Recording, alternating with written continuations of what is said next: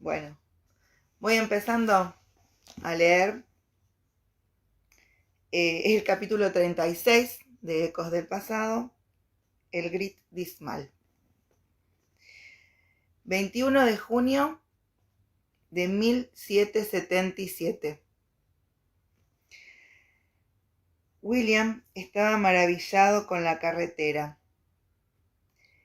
Era cierto que solo recorría unos pocos kilómetros, pero el milagro de poder entrar cabalgando sin rodeos en el área pantanosa del Gret Dismal, de cruzar un lugar donde recordaba perfectamente haber tenido que hacer nadar a su caballo en una visita anterior, esquivando sin cesar tortugas mordedoras y serpientes venenosas. De lo cómodo que resultaba era asombroso.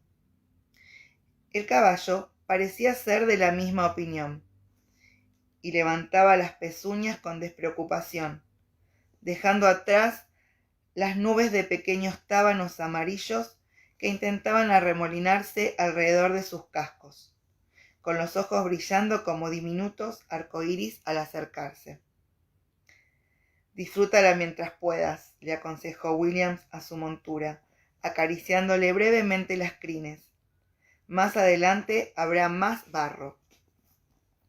La propia carretera, aunque limpia de los arbolitos de liquidámbar y de los pinos trepadores que poblaban esa zona, estaba bastante enlodada, a decir verdad, pero no tenía nada que ver con los traicioneros senegales y las inesperadas charcas que acechaban al otro lado del entramado de árboles.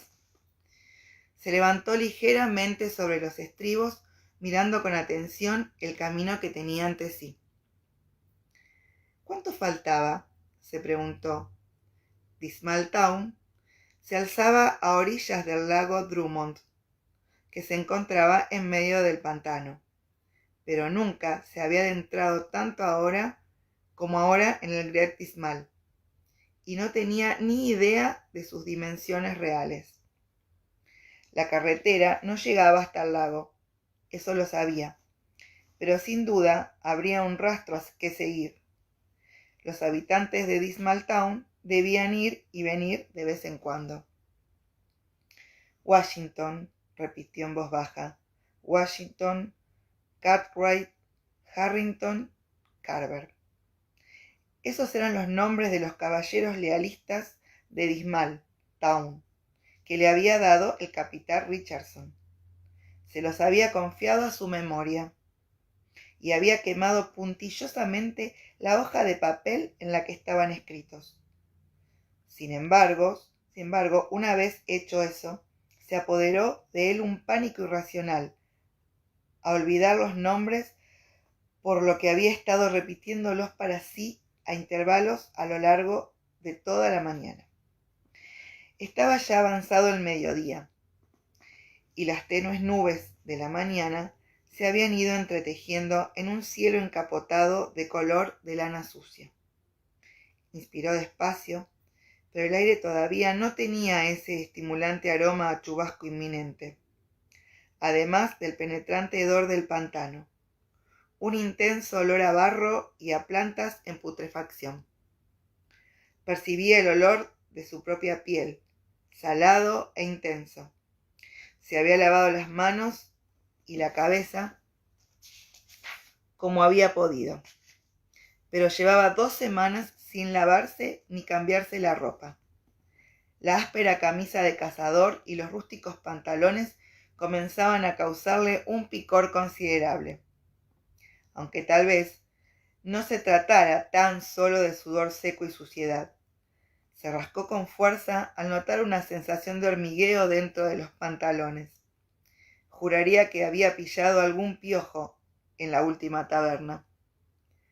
El piojo, si es que era un piojo, desistió sabiamente y el picor se extinguió.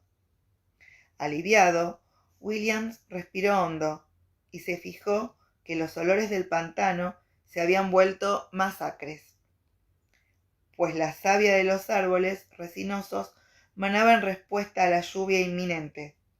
El aire había adquirido el improviso De improviso una cualidad amortiguadora que atenuaba los sonidos. Los pájaros habían cesado de cantar. Era como si el caballo y él avanzaran solos por un mundo envuelto en algodón. A William no le importaba estar solo. Había crecido esencialmente solo, sin hermanos ni hermanas, y se encontraba a gusto en su propia compañía. Además, se dijo, la soledad era buena para pensar. Washington, Cartwright, Harrington y Carver, cantó con voz suave. Pero aparte de los nombres, no tenía gran cosa en que pensar en relación con su presente encargo, y descubrió que sus pensamientos tomaban un rumbo más familiar.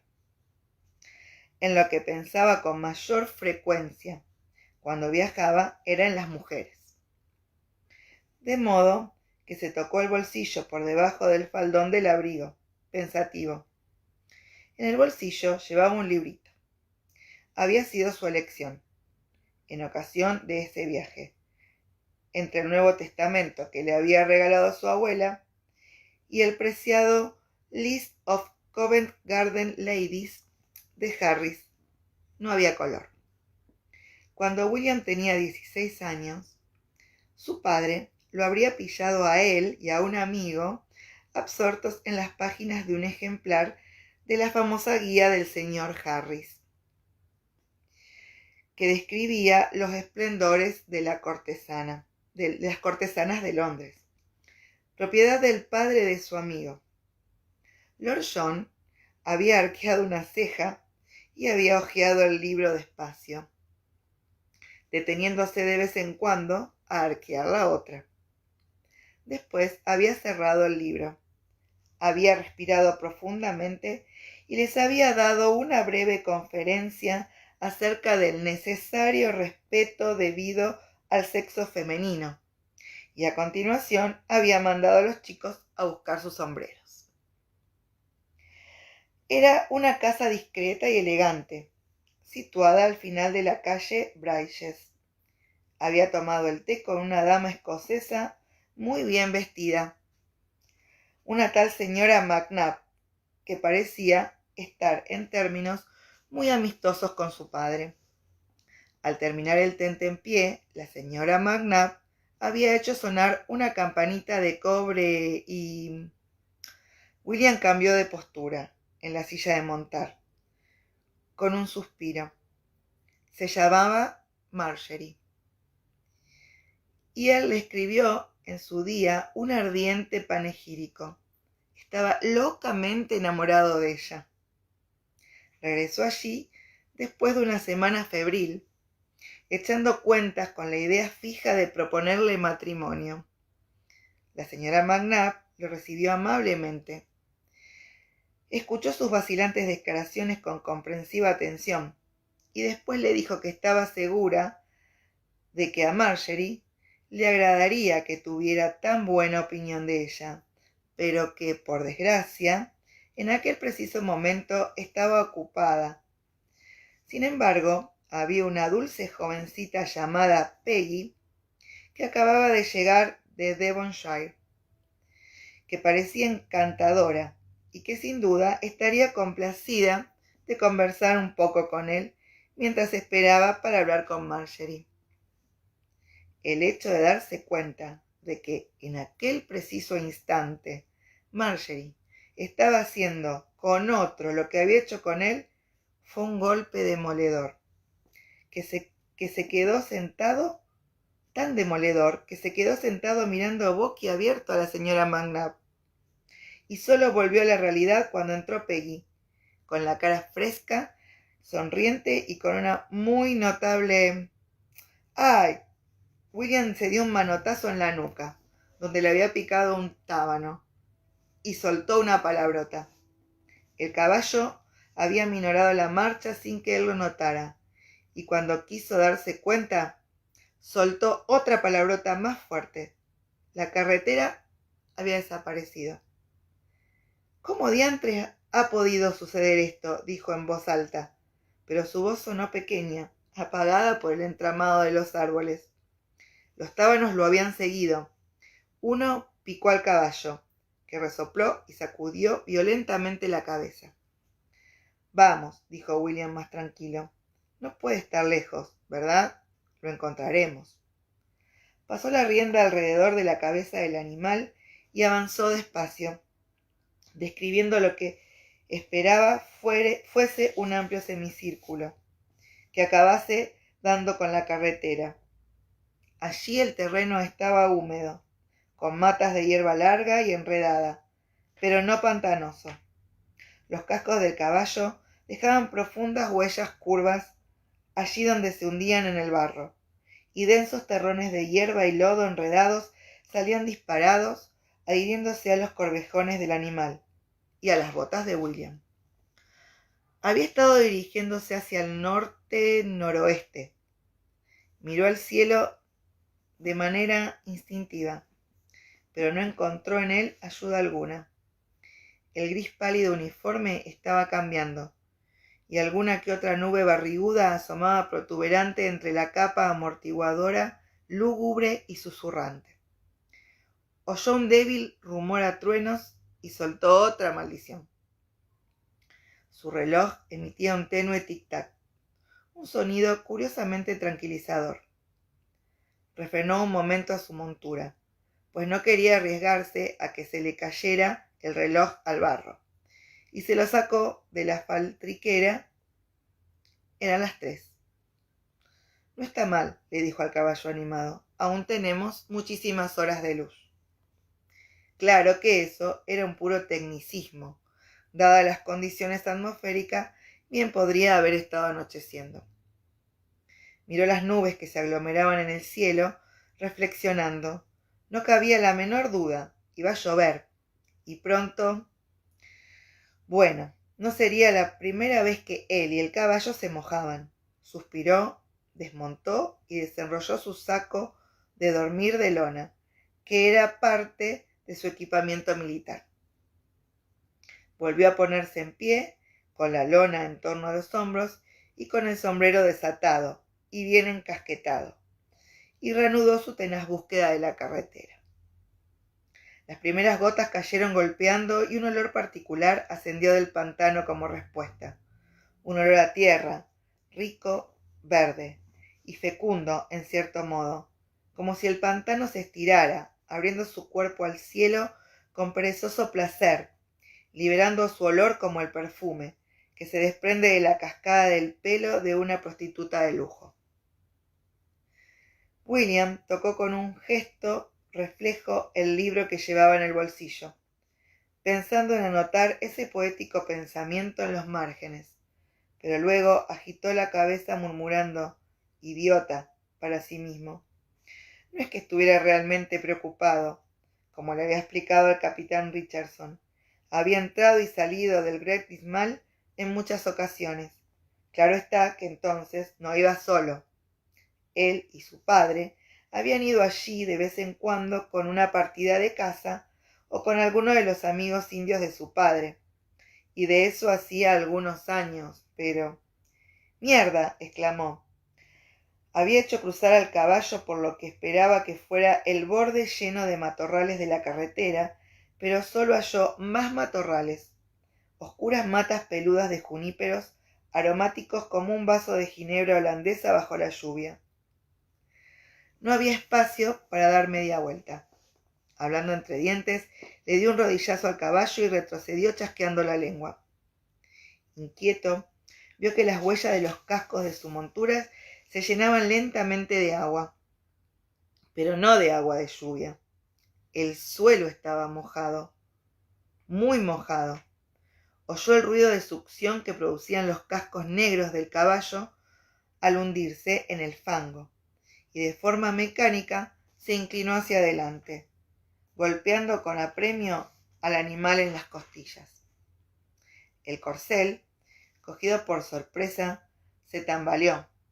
Recuperó el equilibrio, sus patas traseras se dieron de improviso, resbaló en el fango y levantó de golpe la cabeza, relinchando sorprendido.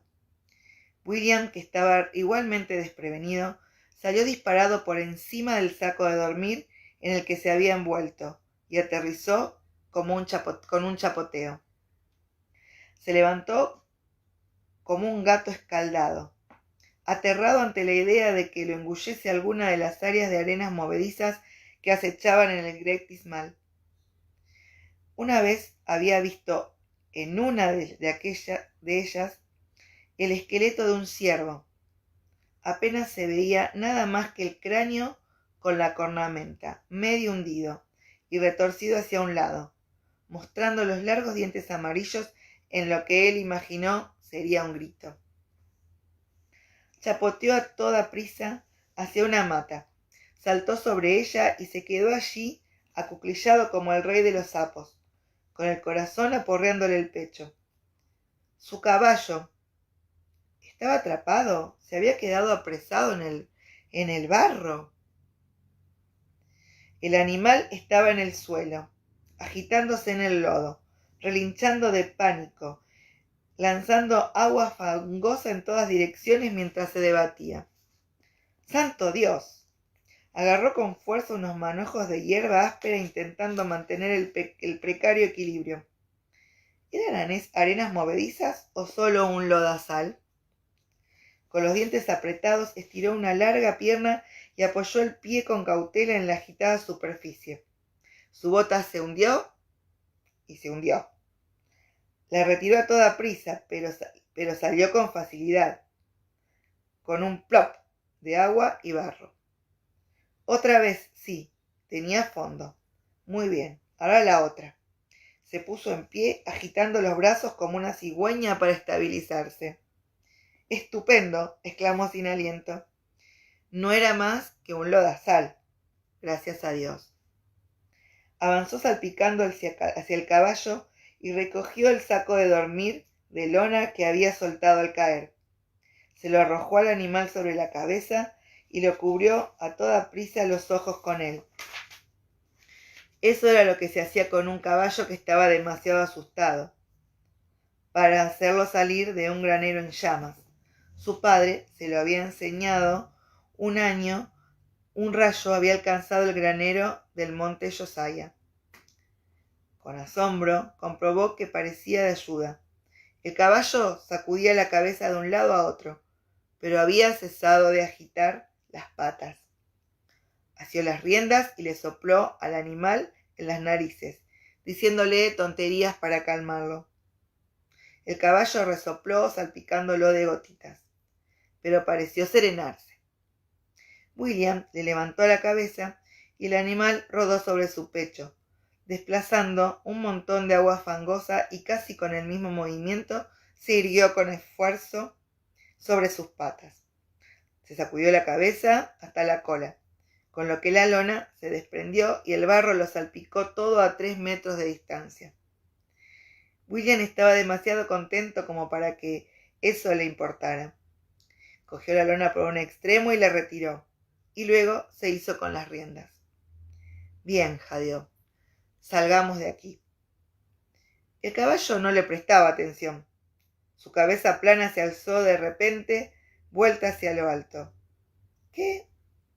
Los enormes hollares brillaban rojos, y con un gruñido explosivo el animal pasó desbocado junto a él, arrancándole las bridas de la mano, y lo dejó tirado en el agua. Otra vez. ¡Maldito cabrón! ¡Qué demonios! William cayó en seco, agachado en el barro. Una cosa larga, parda y extremadamente veloz pasó a menos de 1 metro de él. Una cosa grande. Volvió de golpe la cabeza, pero había desaparecido ya, silencioso, tras el caballo que corría a tontas y a locas y cuya huida aterrorizada oía desvanecerse en la distancia, puntuada por el rumor de los arbustos quebrados y el ocasional ruido metálico del equipo que iba perdiendo. Tragó saliva. Había oído decir que de vez en cuando los pumas cazaban juntos y en pareja. Se le erizaron los pelos de la nuca y volvió la cabeza tanto como pudo, temeroso de llamar la atención de cualquier cosa que pudiera estar acechando en la oscura maraña de árboles, del caucho y maleza que se erguía tras de él. Silencio. salvo el golpeteo creciente de las gotas de lluvia sobre el pantano. Una garceta irrumpió blanca entre los árboles del otro lado del lodazal, y a punto estuvo de provocarle un paro cardíaco. Se quedó inmóvil, conteniendo la respiración hasta casi ahogarse en su esfuerzo por escuchar. Pero no sucedió nada, por lo que al final respiró y se levantó del suelo con los faldones del abrigo pegado en los muslos, chorreando.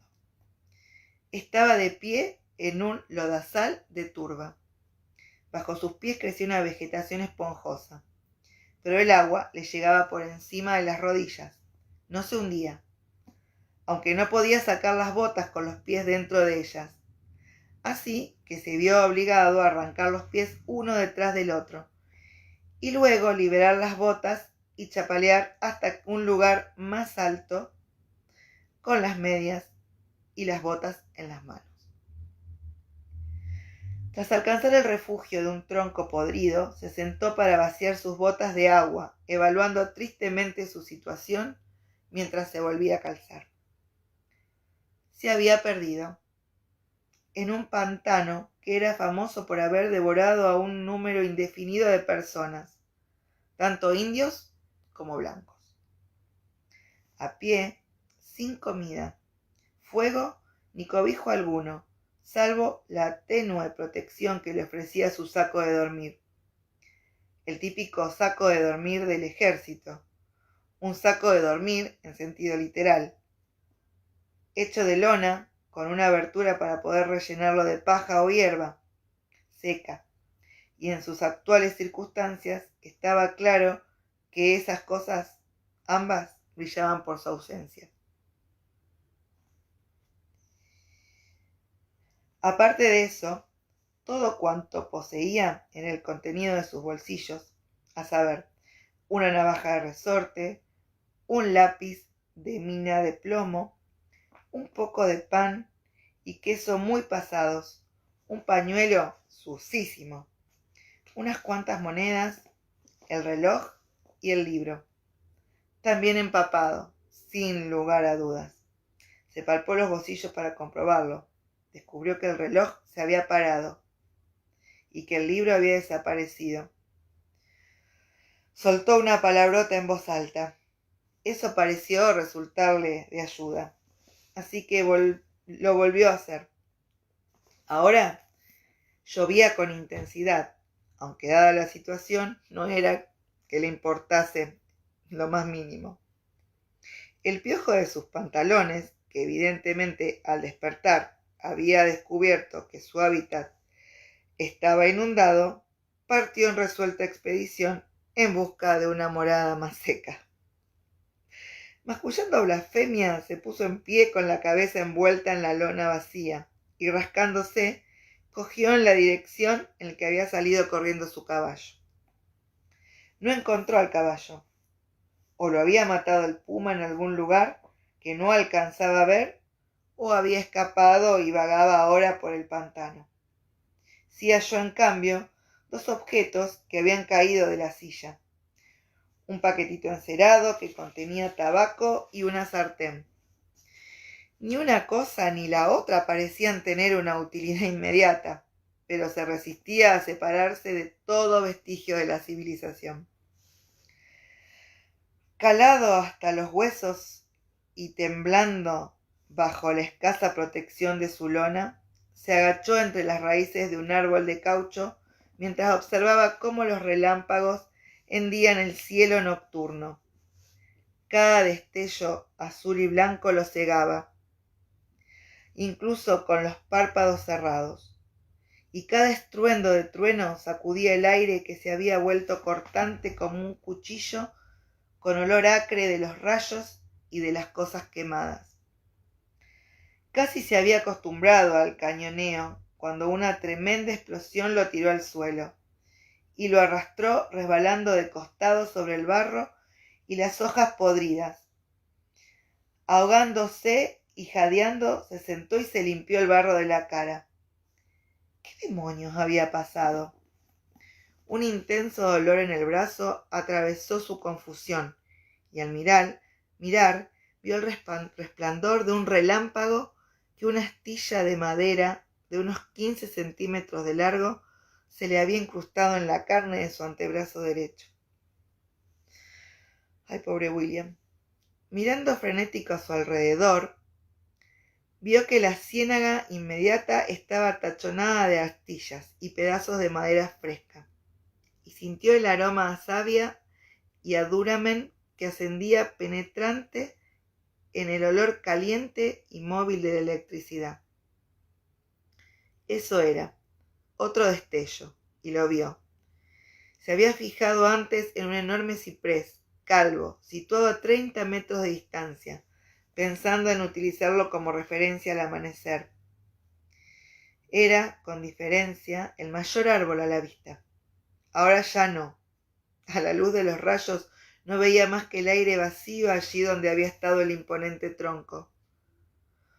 Otro destello, y divisó la maltrecha estaca de lo que quedaba de él. Tembloroso y medio sordo por los truenos, se arrancó la astilla del brazo. ¡Qué dolor, por favor! Y presionó la tela de su camisa en la herida para que dejase de sangrar. No era profunda, pero el susto de la explosión hacía que le temblara la mano. Se envolvió bien los hombros con la lona para protegerse de la fuerte lluvia y de nuevo se acurrucó entre las raíces del gomero.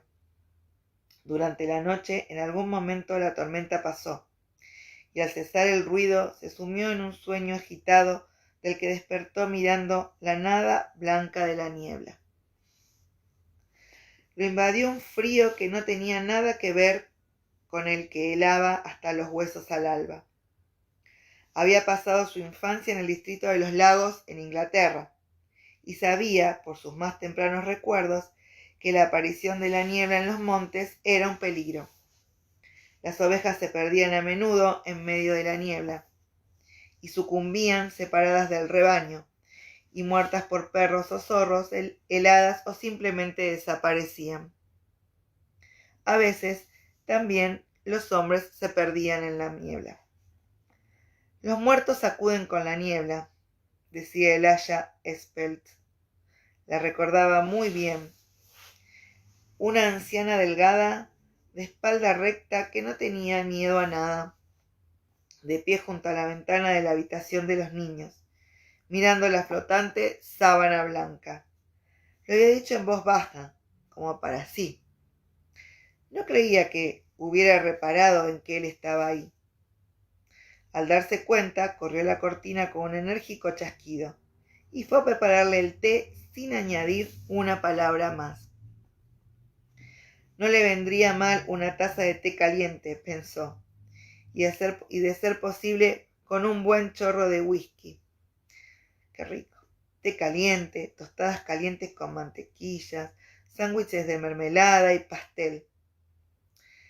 Pensar en los tés que le preparaba el aya le recordó su trozo de pan con queso pasado, y se lo sacó con cuidado del bolsillo, infinitamente reconfortado por su presencia.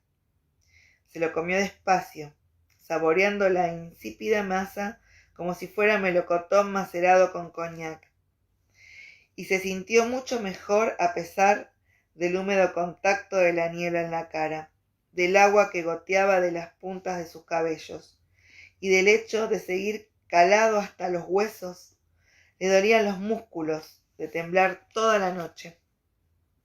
Había tenido la idea de poner la sartén bajo la lluvia a la noche anterior, de modo que tenía agua fresca para beber con un delicioso sabor de grasa de bacon.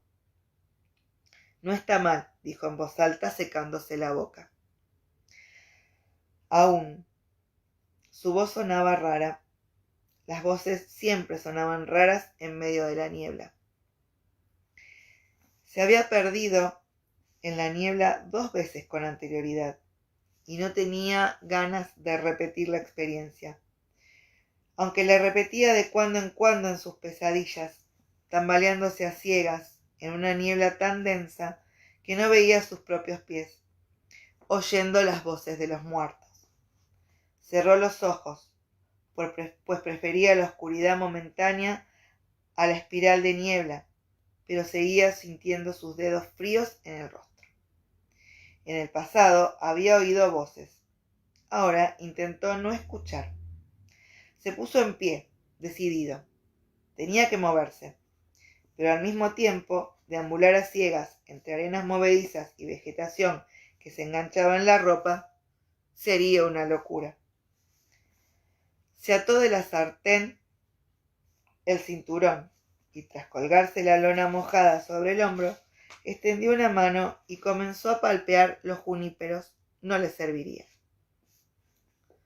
La madera se rompía en pedazos al cortarla con el cuchillo, y los árboles crecían allí de tal modo que no había ni una rama que discurriera recta más de unos centímetros. El gomero o el tupelo eran mejores, pero un aliso sería lo ideal. Encontró un grupito de alisos jóvenes tras deslizarse cautelosamente entre la niebla durante una eternidad, plantando un pie cada vez y esperando a ver qué sucedía, deteniéndose siempre que se topaba con un árbol para llevarse las hojas a la boca y a la nariz con el fin de identificarlo. Buscando a tienta entre los delgados troncos, eligió uno de cerca de 3 centímetros de diámetro y asentando los pies sobre firmeza, lo agarró con ambas manos y lo arrancó. Salió con un quejido de la tierra, que cede y una lluvia de hojas y un cuerpo pesado se deslizó de pronto sobre su bota. Soltó un grito e intentó aplastarlo con las raíces del arbolito, pero la serpiente hacía ya mucho que había huido. Sudando, a pesar del frío, cogió la sartén y la utilizó para cavar con cuidado en la tierra invisible. Al no observar ningún movimiento y hallar la superficie relativamente firme, le dio la vuelta a la sartén y se sentó sobre ella.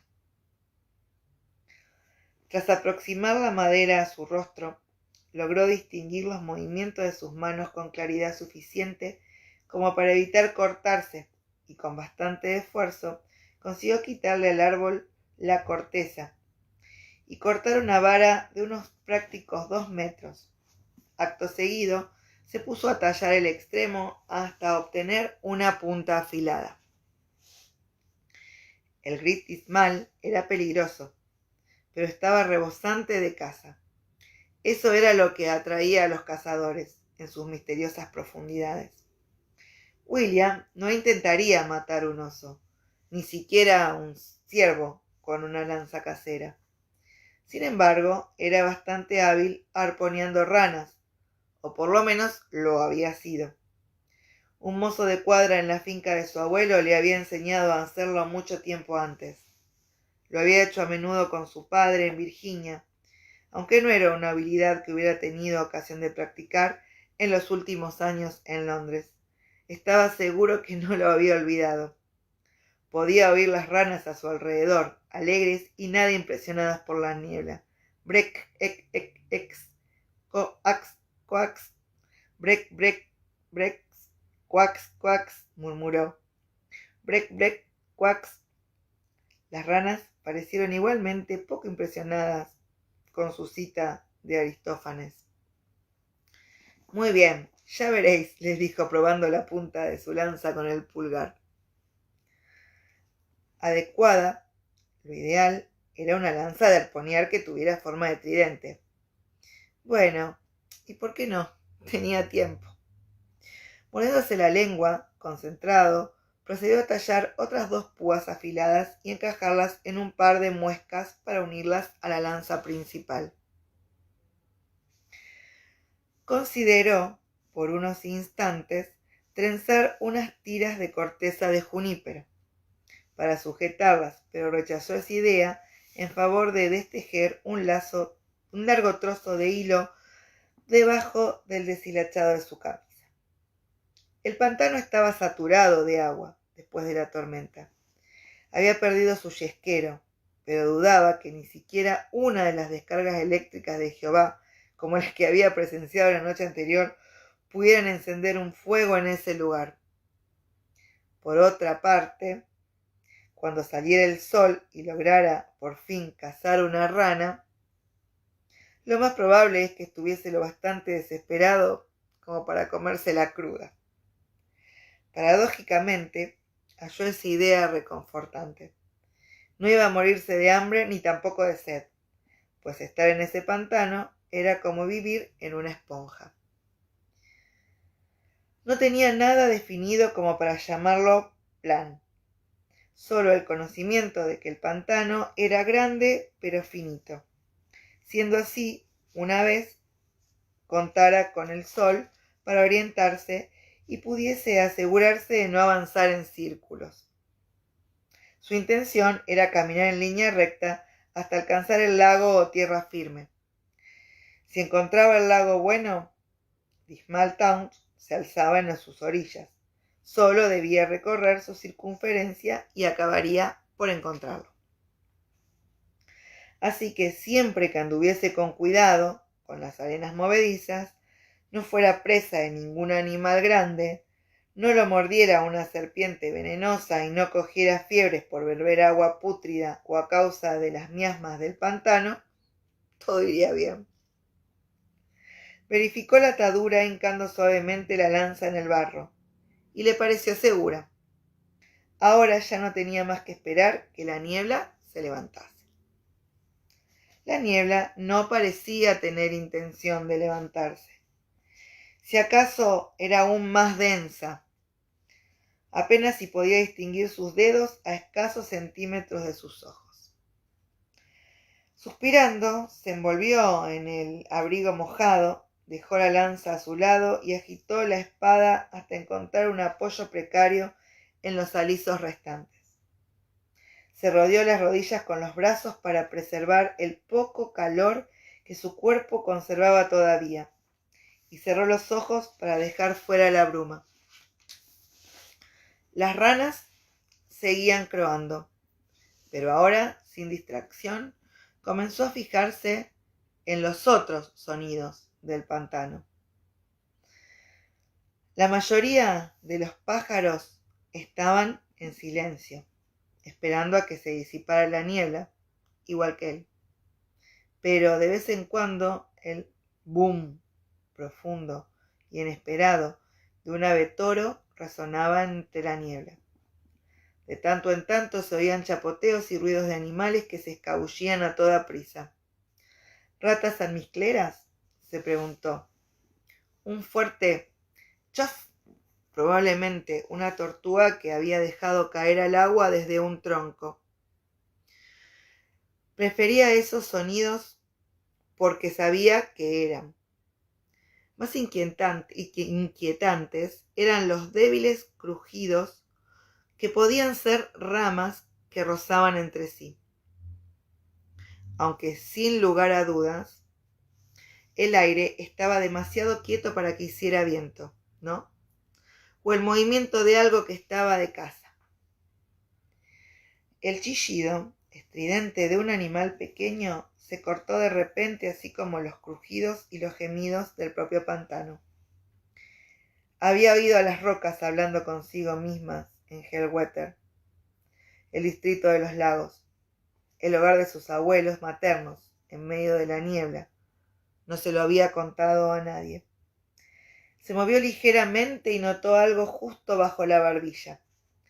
Se dio un manotazo en ese lugar y descubrió una sanguijuela que se le había adherido al cuello en la niebla. Desprendió asqueado y la arrojó tan lejos como pudo entre la niebla. Palpándose el cuerpo con manos temblorosas, volvió a ponerse en cuclillas, mientras intentaba evitar los recuerdos que acudían en oleadas con la bruma que se arremolinaba. Había ido a su madre de verdad, susurrándole también. Por eso se había adentrado en la niebla. Estaba en un picnic en la montaña. Sus abuelos y mamá Isobel y unos amigos con algunos criados. Cuando bajó la bruma, de improviso, como sucedía a veces, todos se apresuraron a recoger las cosas del almuerzo y lo dejaron solo, observando cómo el inexorable muro blanco avanzaba hacia él. Y habría jurado que había oído susurrar a una mujer demasiado bajo como para poder distinguir las palabras, pero con una gran sensación de añoranza, y había sabido que le hablaba a él. Y se había adentrado en la niebla. Por unos instantes se sintió fascinado por el movimiento del vapor de agua a ras del suelo. La forma en la que oscilaba y brillaba parecía estar dotado de vida. Pero entonces la bruma se volvió más impenetrable y supo que se había perdido. Llamó primero a la mujer que pensó que debía ser su madre. Los muertos acuden con la niebla. Eso era casi todo lo que sabía de su madre, que estaba muerta. Cuando murió, no era mayor de lo que él era ahora.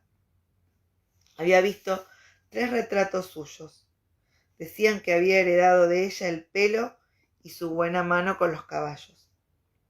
Le había contestado, juraría que le había contestado, pero con una voz sin palabras. Había sentido la caricia de unos dedos fríos en la cara y había seguido vagando, extasiado.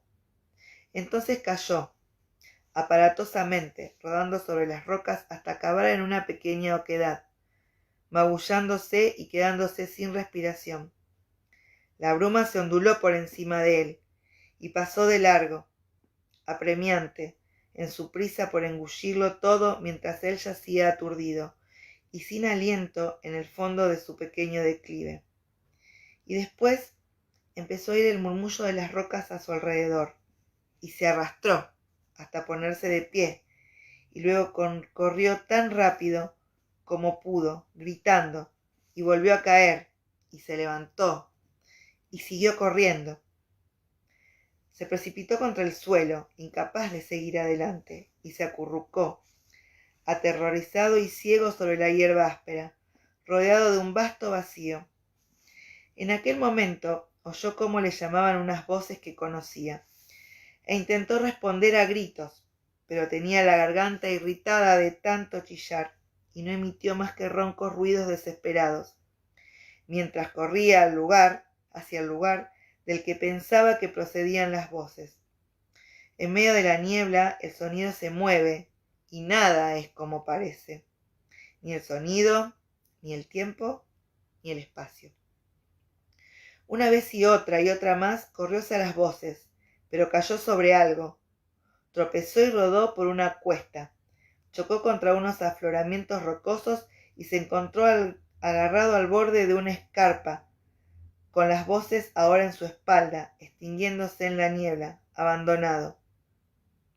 Mac lo había encontrado.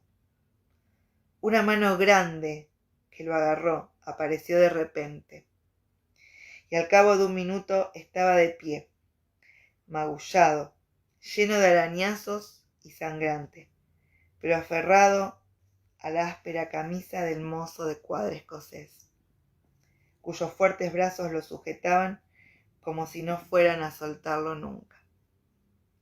Tragó saliva. Cuando tenía la pesadilla, a veces se despertaba en brazos de Mac. En ocasiones no era así, y despertaba bañado en un sudor frío y sin poder retomar el sueño por miedo a la niebla que acechaba y a las voces. Ahora se quedó inmóvil al oír pasos.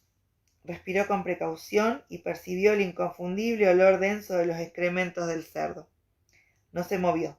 Los cerdos salvajes eran peligrosos si los asustabas.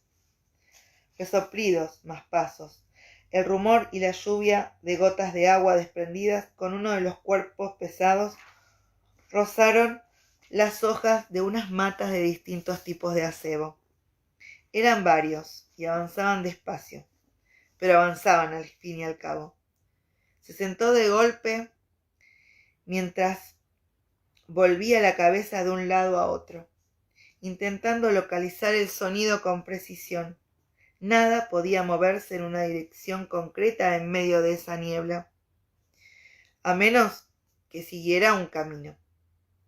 Multitud de senderos abiertos por los ciervos y utilizados por cualquier cosa, desde zarigüeyas a osos negros, surcaban el pantano. Esas sendas daban infinitas vueltas sin propósito, y solo dos cosas eran ciertas. Una, que conducían, en efecto, a una fuente de agua potable, y dos, que no desembocaban en unas arenas movedizas, lo que en las actuales circunstancias a William le bastaba. De su madre le habían dicho una cosa. Imprudente, le había dicho su abuela con tristeza meneando la cabeza. Fue siempre muy imprudente y muy impulsiva. Y sus ojos se habían posado en él con aprensión. Y tú eres exactamente igual a ella, decían aquellos ojos preocupados. Que Dios nos ampare. Tal vez lo sea, dijo en voz alta. Agarrando su lanza para ranas, se levantó desafiante. Pero aún no estoy muerto. Aún no. Era cuanto sabía. Y quedarte quieto cuando estabas perdido solo era buena idea si alguien te estaba buscando. Bueno, muchas gracias por escucharme. Un capítulo difícil, pobre William. Está pasando por una situación complicada, solo y perdido y con muchos recuerdos que se le vienen a la mente. Vamos a ver qué pasa con él, cómo sigue esta historia. Bueno, les mando un beso a todas, que terminen bien el sábado y buen fin de semana.